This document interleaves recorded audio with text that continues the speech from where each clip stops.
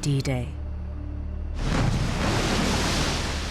Behind the invasion lies a secret story never before told. Of how King George VI, the Queen, and even Princess Elizabeth, the Queen-to-be, were enlisted by MI5 to fool Hitler about D-Day.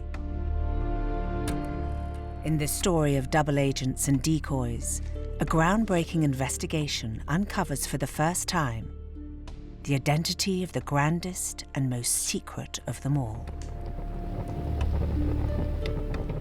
George VI himself. The investigation further reveals how he was entrusted with one of Britain's greatest state secrets of World War II. How the royal household managed to lose it whilst it was in the King's possession. That only the intervention of the Queen Mother saved the day. And how the monarchy emerged from the shame of appeasement to put itself at the heart of Britain's secret state.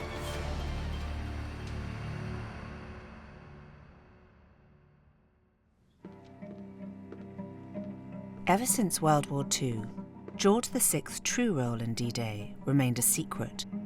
Then Professor Richard Aldrich of Warwick University and Dr. Rory Cormack of Nottingham University made a tantalising discovery in the diaries of the King's private secretary, Sir Alan Lascelles. Alan Lascelles, known as Tommy, was the King's private secretary, so the most senior courtier in the land, and went on to be private secretary for Queen Elizabeth II as well. He was very old-fashioned, an old-world kind of man, and he left a diary. And there's one very interesting clue in his diary giving insight, a snippet of insight into the King's personal role in the D-Day deception operation. Lascelles' diary records a visit to Buckingham Palace in March 1944 by MI5 officers. Friday, 3rd of March, 1944. 2 MI men called on me yesterday and explained how the King's visits in the next few months could assist the elaborate cover scheme whereby we are endeavouring to bamboozle the German intelligence over the time and place for Overlord. And this is a really significant clue because it just gives us a little hint that the King not only knew about one of the biggest secrets of the war, but had an active and personal role in it himself. Then a second discovery gave further evidence of the King's role. In 1950, 5 years after the war's end, the MI5 officer who'd run the D-Day deception operation, John Masterman, sent a top-secret document to Buckingham Palace. It was an internal report Masterman had written for MI5, and it described every detail of the World War II deception operations he'd run. Masterman called it his secret book. This is one of the most secret documents in British government. It captures a whole new art form of secret service, or at least an art form taken to a whole new level that Britain has developed during the Second World War. Masterman sent his secret book to the King, care of Alan Lascelles, who was still the King's private secretary. Lascelles replied to acknowledge safe receipt. Dear Masterman, thank you so much for trusting me with the book. I'm most grateful. It looks thrilling. I know that my master will read it with as much interest and admiration as I shall myself. Yours sincerely, Alan Lascelles. These two discoveries, the first hinting at the King's secret role in D-Day, the second showing that he was close enough to MI5 to be allowed sight of such a top-secret document, sent Aldrich and Cormack on a quest. What really was George VI's wartime role? And how had he come to be so trusted by MI5, when at the beginning of his reign, it had viewed him with suspicion? In December 1936, George's brother, Edward VIII, abdicated. The British intelligence services suspected Edward of being a Nazi sympathiser. They even put him under secret surveillance and tapped his phone. MI5's suspicions about the monarchy continued, particularly the new king's attitude to Prime Minister Neville Chamberlain's policy of appeasing Hitler. The intelligence services are watching everybody who was connected with appeasement. Chamberlain and also the royal family, because there are continual emissaries to Germany. And of course, there's the shadow of Edward VIII.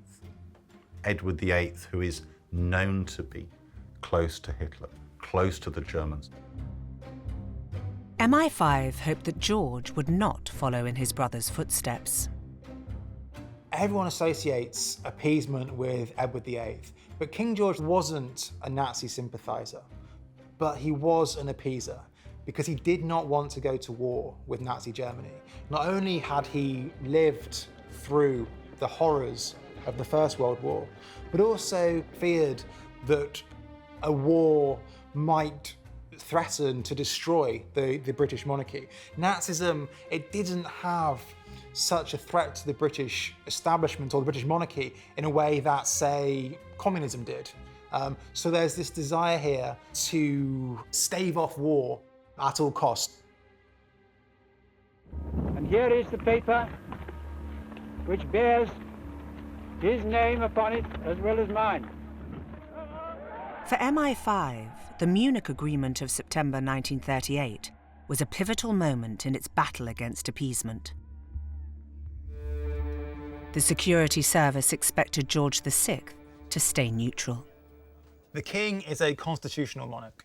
It is not his job to weigh in on the biggest and most controversial political issues of the day. Instead, in this letter unearthed by Rory Cormack, George wrote privately to Chamberlain, leaving no doubt where he stood.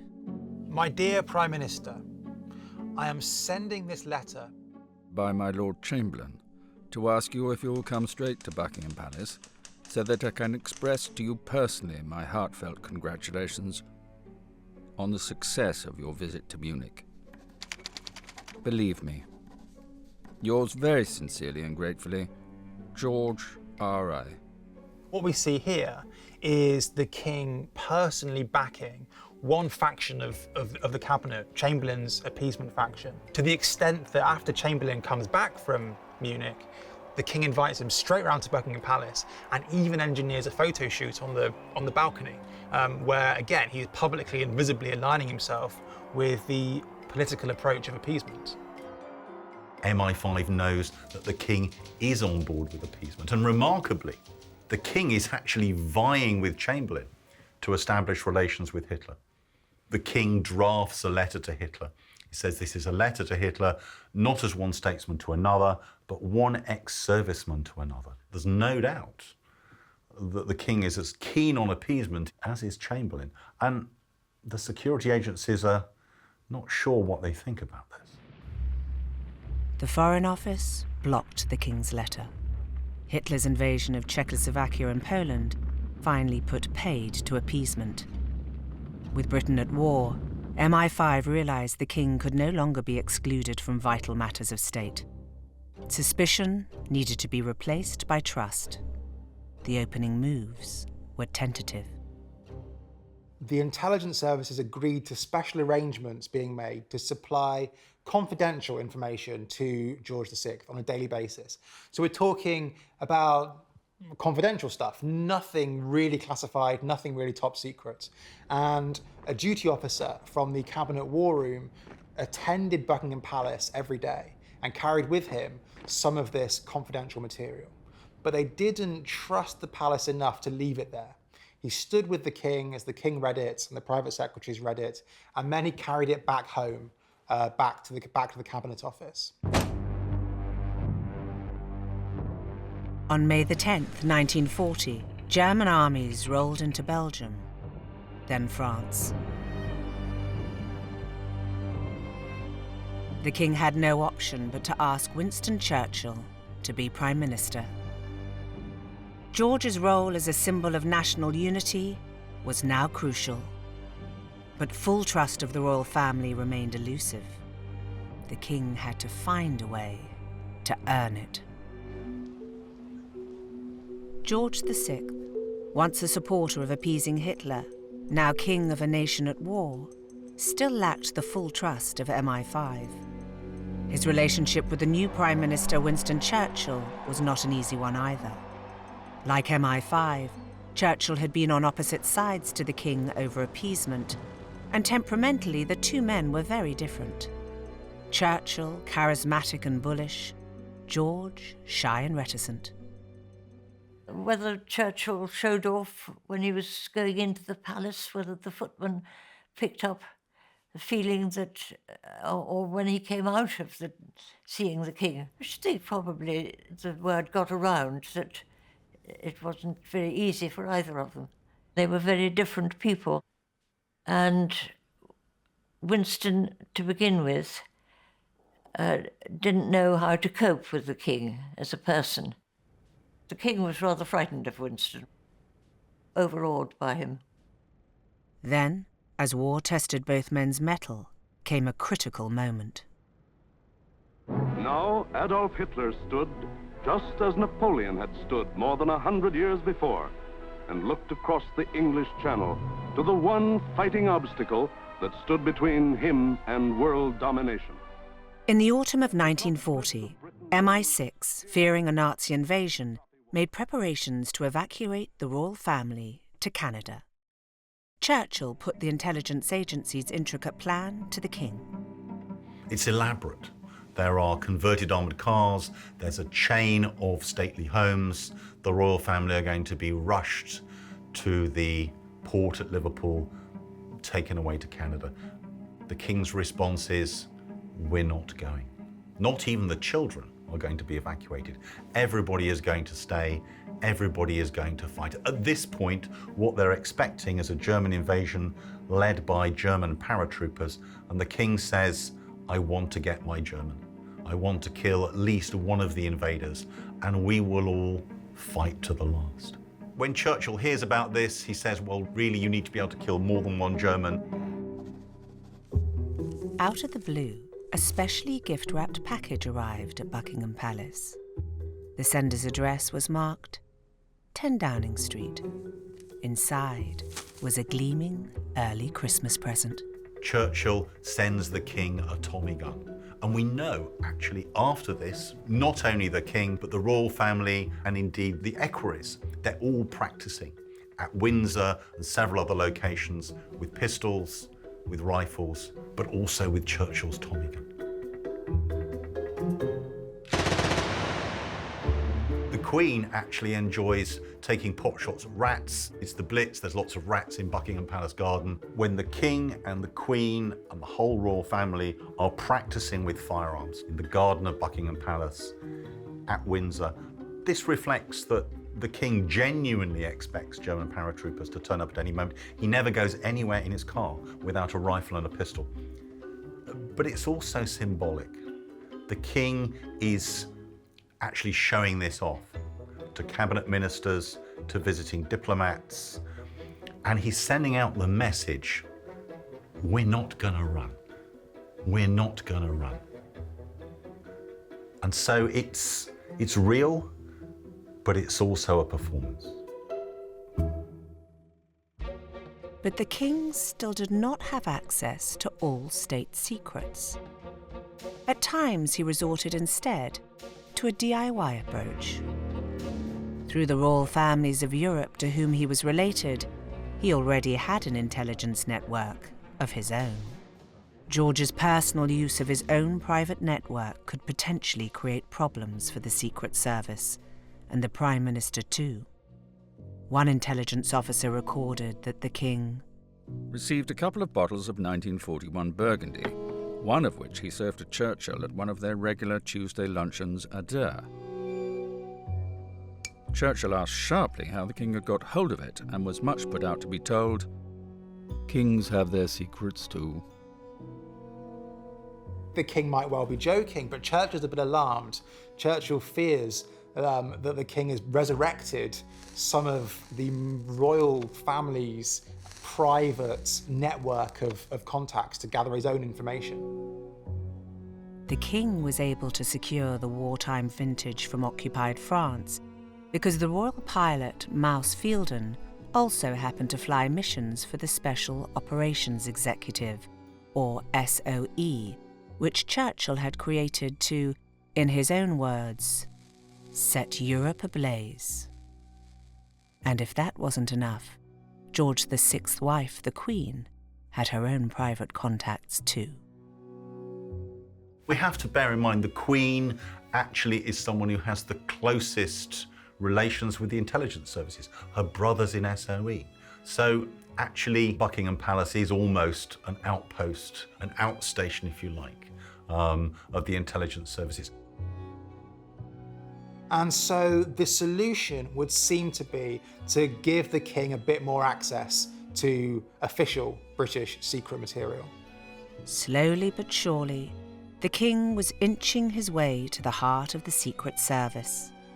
And finally, in 1943, George VI took an active part in the War of Deception. His first personal encounter with it was the use of disinformation to fool the enemy about a hazardous mission he embarked on in June 1943. The Maltese were a people of old traditions and simple manners of life. But Hitler turned their island into a target of perpetual fire.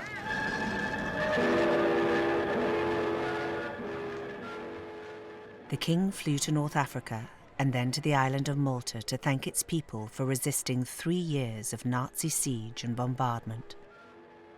But with the Luftwaffe still menacing Malta's skies, there was real danger. British intelligence's answer was Operation Loader. Operation Loader was a deception operation in which the king was personally involved. It was the attempt to provide cover for his visit to North Africa.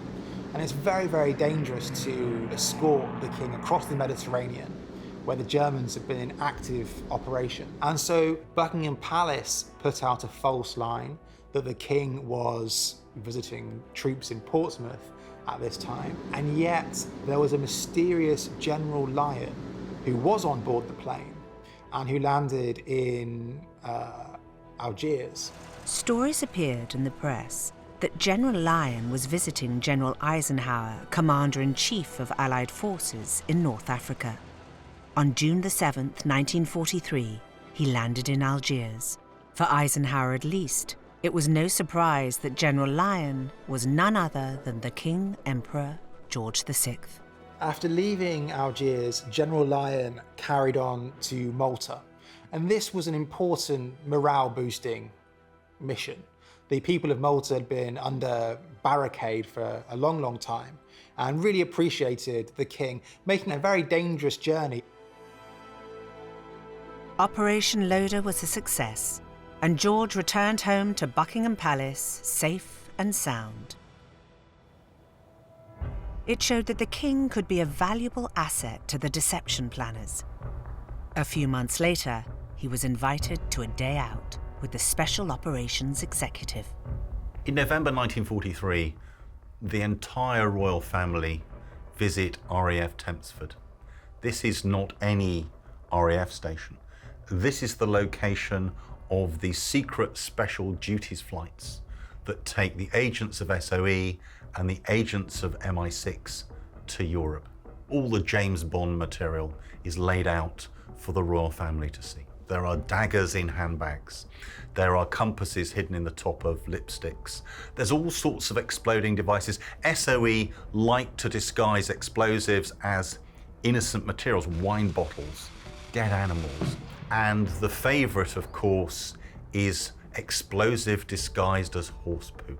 And the Queen is absolutely thrilled by this. And she calls the king over and says, "Look at this. This is amazing. Exploding horse poo." The king, it seemed, had earned his spurs. A few months later, he would be invited to join the greatest deception operation of the war.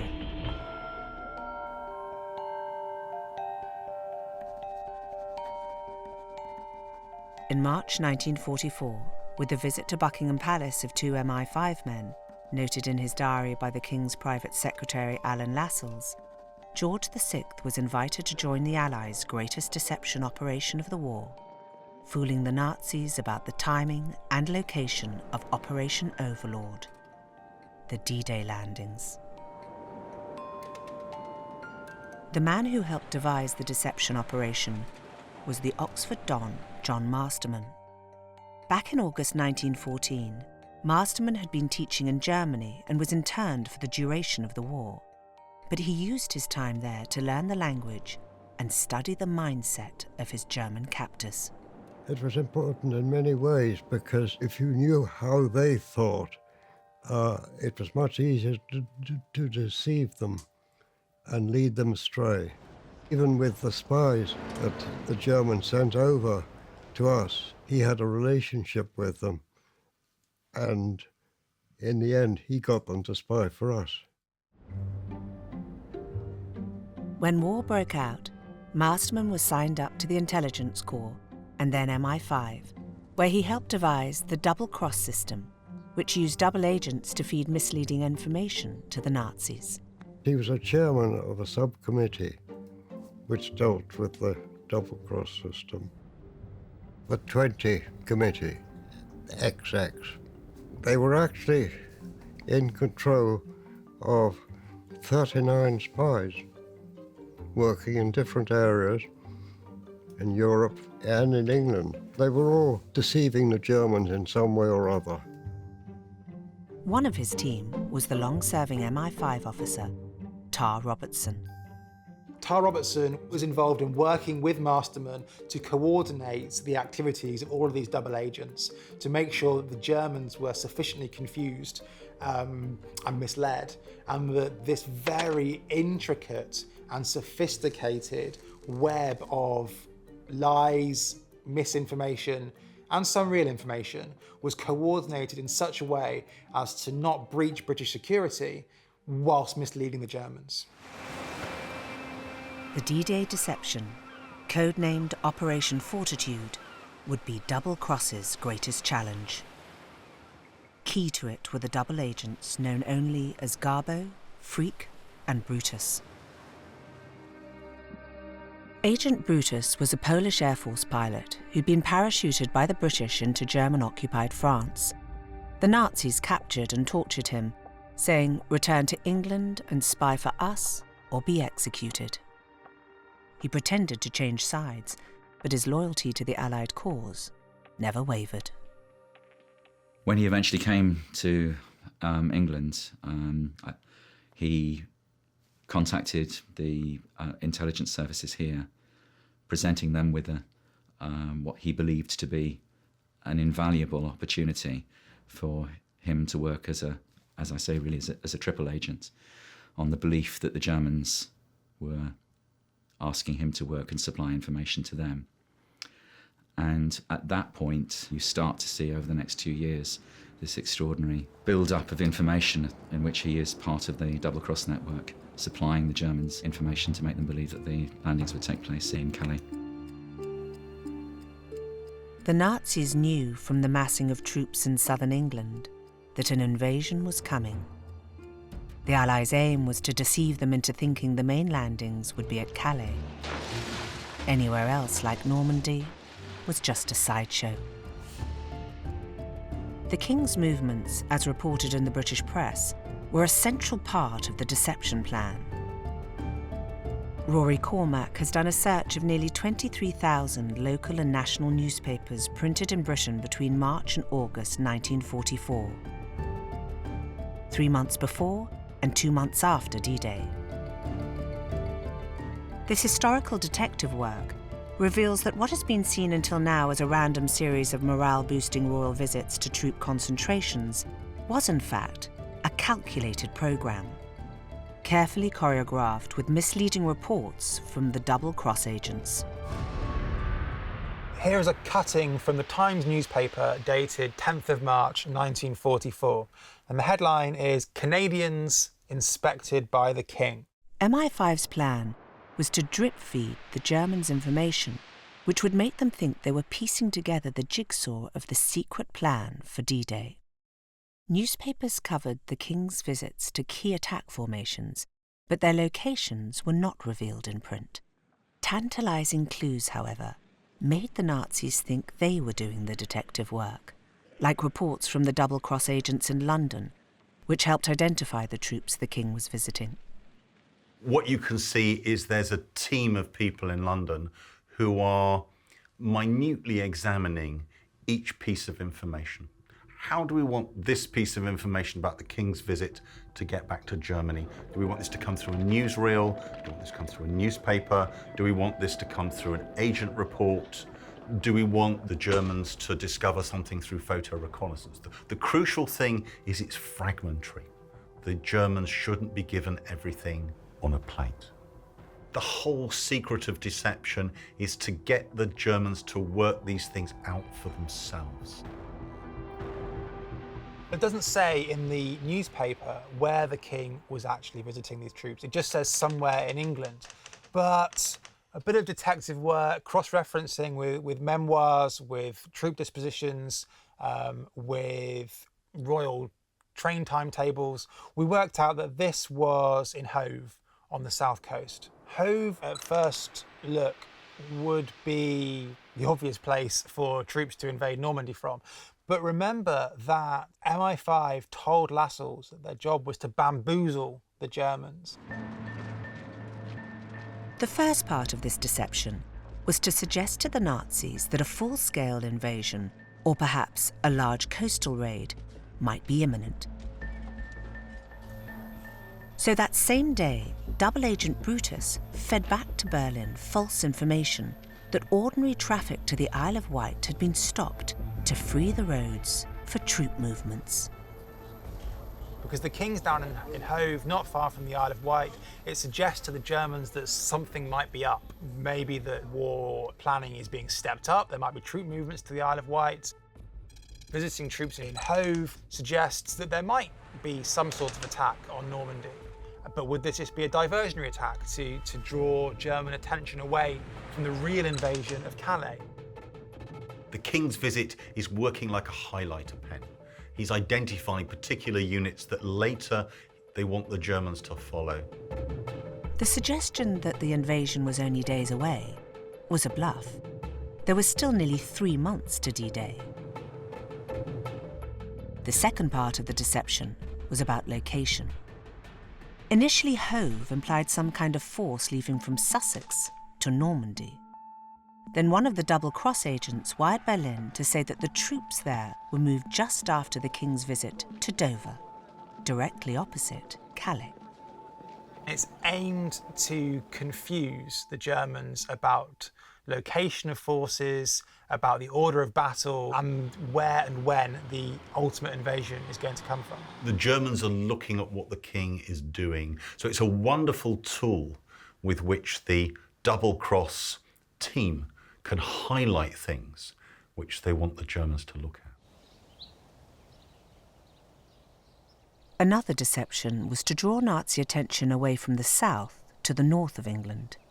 This time royal involvement was to be ratcheted up, and for the first time the Queen and Queen-to-be, Princess Elizabeth, were enlisted in the ruse. This article comes from the Times on the 24th of March, 1944. The headline is, "The King with his Army, Tour with the Queen and Princess." The king goes north on the royal train to visit Lincolnshire and Yorkshire. These are attack formations. They're in the east of the country, so this very much reinforces the deception story. They might be going east to Calais. They might actually be going east to attack Scandinavia. It was the King's 7th such inspection in recent weeks, but it was the first time the Princess had made a full-length tour with her parents. When you have the Queen, when you have Princess Elizabeth, the whole royal family there, dramatic forces, airborne gliders, snipers, special forces, this just makes for really fantastic news coverage. So this is a way in which the King is using the royal family to amplify the process of deception.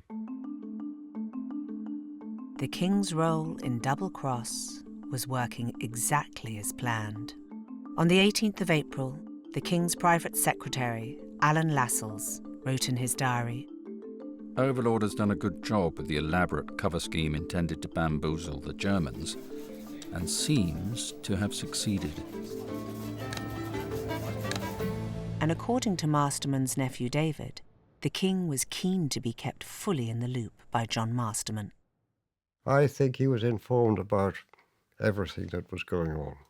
I'm sure he said that the king wanted to be informed about everything. A week later, George inspected troop formations in Hampshire.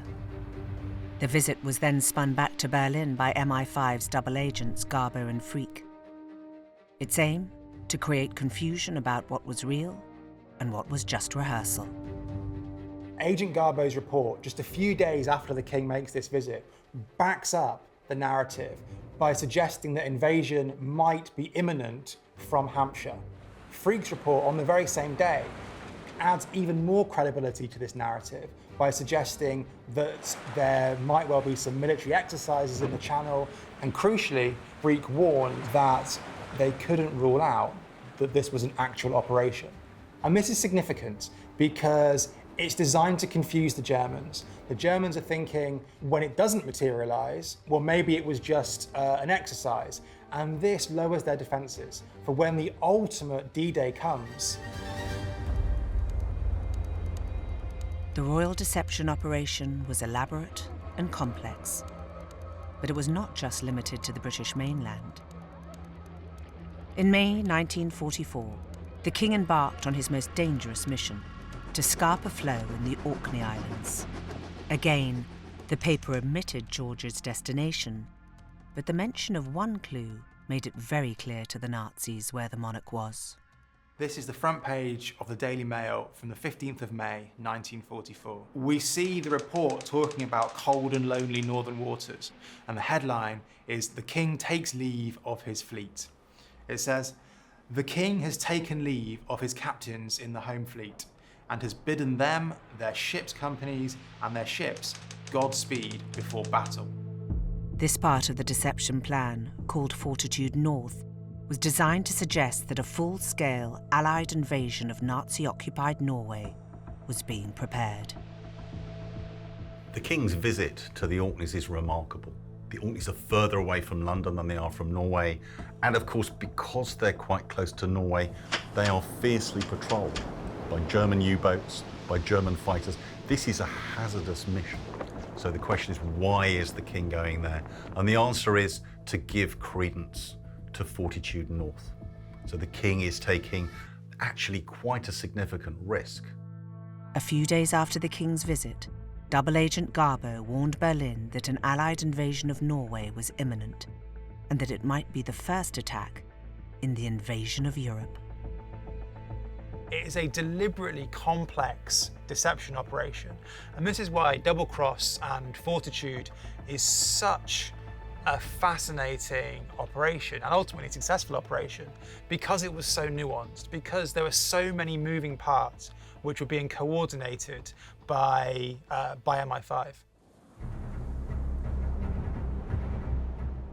On June the 6th, 1944, a fleet of 7,000 ships emerged from the early morning mist, heading for the Normandy beaches. The panic-ridden German defenders radioed for urgent reinforcements. The response from Berlin is somnolent. On the day of the invasion, Hitler is sleeping late. He's having a lie-in. No one wants to wake him. And when he does wake up and he's told about this, because it's Normandy, because he's been fed all this deception material, he doesn't believe this is the main attack. He thinks this is a coastal raid. And so really he just shrugs it off. The armies of the United Nations have made their first landings on the soil of Western Europe. This is D-Day. The king, who had played a vital role in the deception plan, broadcast to his people. 4 years ago, our nation and empire stood alone against an overwhelming enemy with our backs to the wall. This time, the challenge is not to fight to survive, but to fight, to win the final victory for the good cause.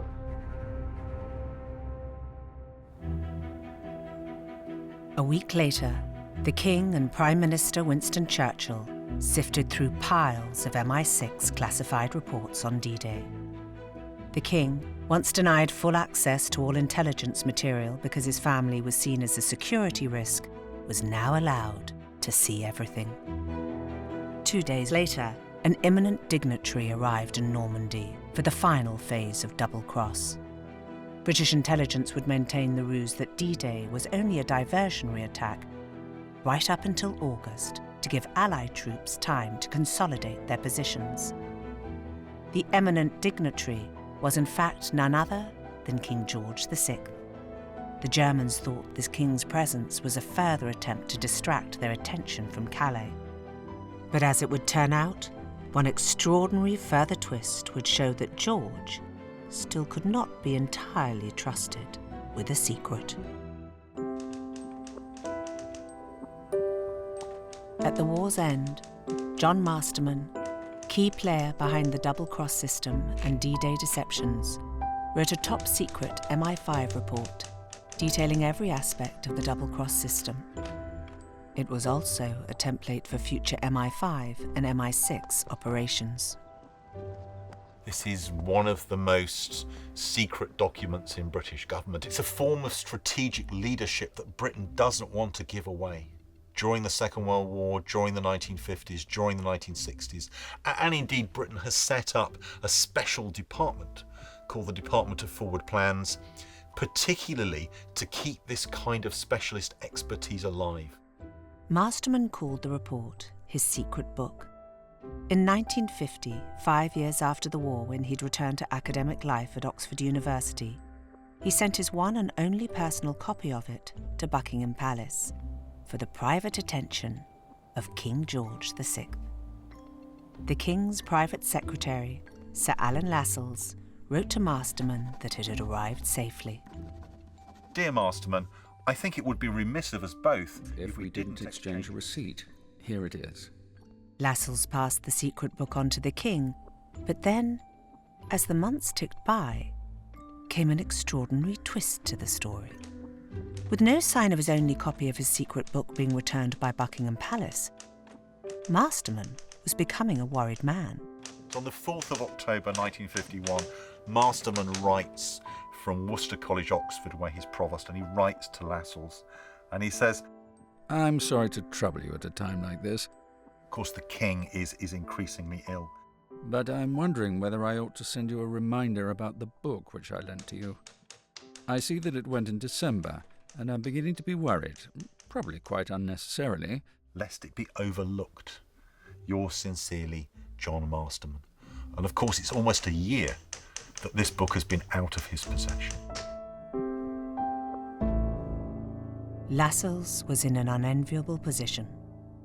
The King was never an easy person to approach, and now the lung cancer from which he was slowly dying made any approach on a matter so serious as MI5's missing, perhaps even lost top-secret document extremely awkward. I think he admired him as a person, but he was at times difficult. He wasn't very easy because he did get very emotional about all sorts of things and needed help with his work. And I think he used to go off in a rage and almost like having a fit. And then people just had to soothe him and calm him down. And the Queen was very important in that way, I think. On this day of mourning, it's a London silent and still. Its citizens remembering that here in this very city, their king had faced with them the dangers of the last war. On February the 6th, 1952, the King died. There was still no sign of the secret book. Masterman feared the worst. Either it had got into the wrong hands, or it was lost forever, along with the late George VI. Even more worryingly, the incoming boss of MI5 was determined to tighten security. Masterman, now in desperate straits, wrote one last time to Lascelles. Dear Lascelles, once more I have to apologize for ringing you when you must be overwhelmed with anguish. I want to ask if you can manage to get my secret book to me.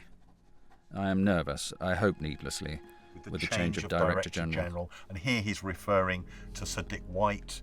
I can't very well say that I haven't got it, or say where it is.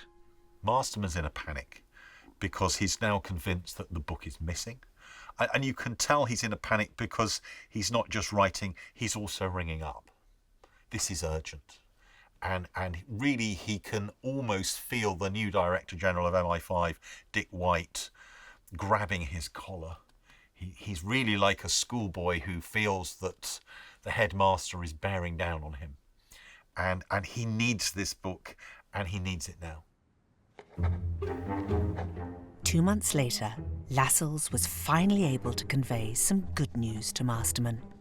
George's widow, now the Queen Mother, had been on a secret operation of her own. Dear Masterman, my trouble has been that all the personal dispatch boxes have been out of my control. However, this very day, I got the Queen Mother to look at them, and sure enough, there it was. It is now locked up in my room.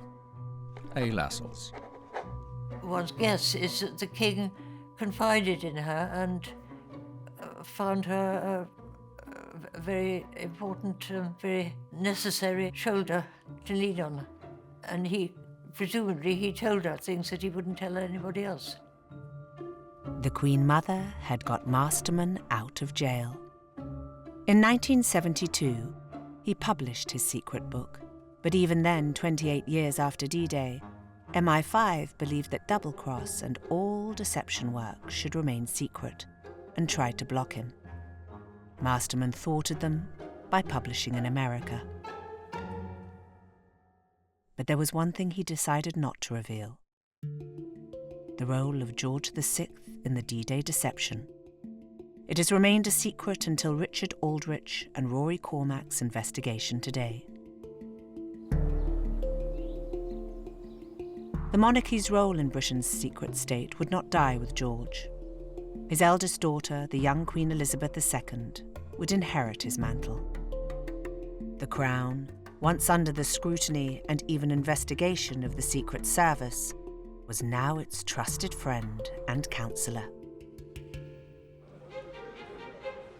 One extraordinary meeting demonstrates this intimacy. In 1955, the Prime Minister Anthony Eden, or AE, and the head of the Foreign Office's Middle Eastern desk, Evelyn Shuckburgh, travelled to Buckingham Palace. The Suez Crisis was looming, and the empire alive with conspiracy. But one apparent friend was the young Harrow-educated King Hussein of Jordan. However, the British feared that he had fallen under the influence of his nationalist and anti-British uncle, Nasser Sharif. Shuckburgh noted in his diary in 1955, I told her, the Queen, the machinations of the wicked uncle, Nasser. The Queen said she didn't really think it a good idea to send Arabs to English public schools. She had seen poor little Hussein, fresh from Harrow a year or two ago, and all he could do was stand stiffly to attention saying, Your Majesty. Saying, Your Majesty, and not another word. As for Uncle Nasser, she said, she was surprised nobody had found means of putting something in his coffee. It was not until afterwards that I thought of what I ought to have said to this. That it was dangerously like a remark made on a famous occasion by her predecessor, King Henry II. Of course, King Henry had said, just before the murder of the Archbishop of Canterbury, Thomas Becket, will nobody rid me of this troublesome priest? Instead, I said it was a good idea, which ought to be applied to a number of people in the Middle East. I promised to send her the gossip we've heard about Hussein. I was a little handicapped by having a cigarette in my hand which steadily burnt my fingertips behind my back. AE was looking wonderfully fit and relaxed. And was very friendly to both of us. And that's startling because we never get a sense of the Queen discussing these kind of things. We never get a sense of her humour. And we never get a sense of her talking to diplomats about matters of state, particularly against the background of a range of covert operations being launched by the Foreign Office and MI6 against countries across the Middle East, most famously the other Nasser, the President of Egypt. We think of the intelligence services as the most secret institution in Britain. Well, the royal family certainly give them a run for their money, at least in terms of historical documents. So when the Queen appears on a page, you take notice. And when the Queen starts talking about potentially assassinating somebody, you really take notice. The Queen's words were, no doubt, delivered in jest. Uncle Nasser was never assassinated, but the Queen remains close to her Secret Service. From suspicion to trust, the relationship between the monarchy and British intelligence had come full circle. A relationship which endures to this day.